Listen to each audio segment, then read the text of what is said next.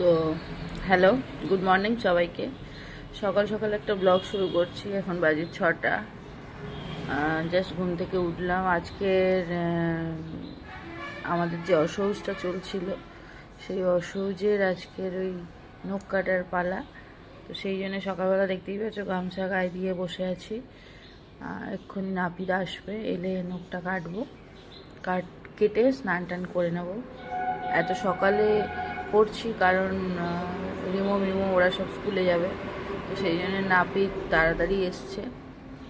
তো চলো নখটা কেটে নিই।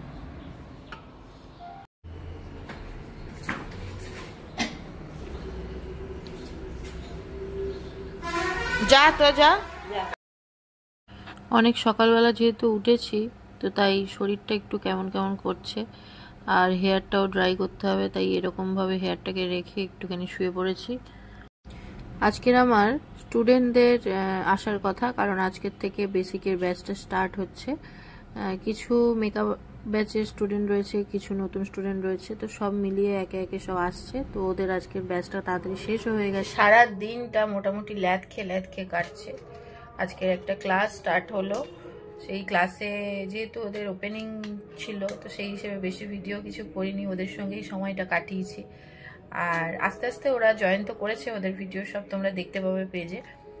আর তারপরে ফের ওপরে চলে গেছিলাম, রেস্ট করছিলাম, আর এখন আবার চলে এসেছি পিটিতে, কারণ পিটিতে বুকিং আছে।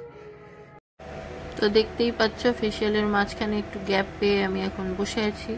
আজকে আবার একটু আমতলায় যাওয়ার আছে, তো দেখি কখন ফেসিয়ালটা শেষ হয় আর তারপরে যাব।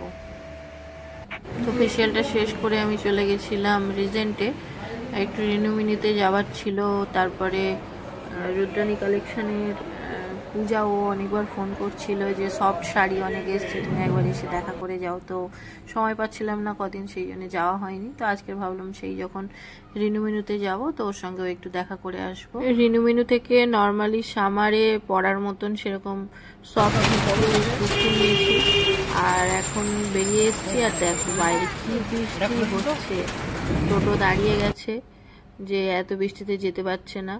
তারপরে বললো বৃষ্টির যা ধরন দেখছি, কখন বন্ধ হবে জানি না, তো আস্তে আস্তে যাই বলে আবার ছাড়লো। যখন গেছিলাম তখন অতটা বুঝতে পারিনি, কোনো আকাশে ওরকম বোঝা যায়নি যে বৃষ্টি আসতে পারে, তো ছাতা কাছে নেই। তো এটাই ভাবছিলাম যে এত জোরে বৃষ্টি হচ্ছে যে আমাদের বাড়ির সামনে টোটো থেকে নামবো, নেমে বাড়িতে ঢুকতে ঢুকতেই ততক্ষণে আমি ভিজে যাব।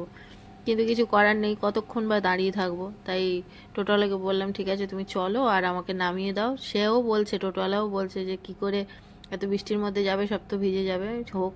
তারপর বাড়িতে এসে ভাত বসিয়ে দিয়েছি। আর এদিকে দেখতেই পাচ্ছ কীরকমভাবে বৃষ্টিটা হচ্ছে। আর যেহেতু ভিজে গেছিলাম একটু গাও ধুয়ে নিলাম, কারণ বৃষ্টির জল গায়ে বা আমাদের কেমিক্যাল ট্রিটেড হেয়ারে থাকলে খুব সমস্যা। আর এখানে দেখো এই কুর্তিটা আমি নিয়েছি, আর এখানে চোখের জন্য ডিম বসিয়ে দিয়েছি, রাত্রে আজকেরও ডিম খাবে। আর এখানে দেখো কত বাসন পড়ে আছে। তারপরে সব শেষ করে আমি আজকের মতন দিনটা শেষ করলাম। টাটা।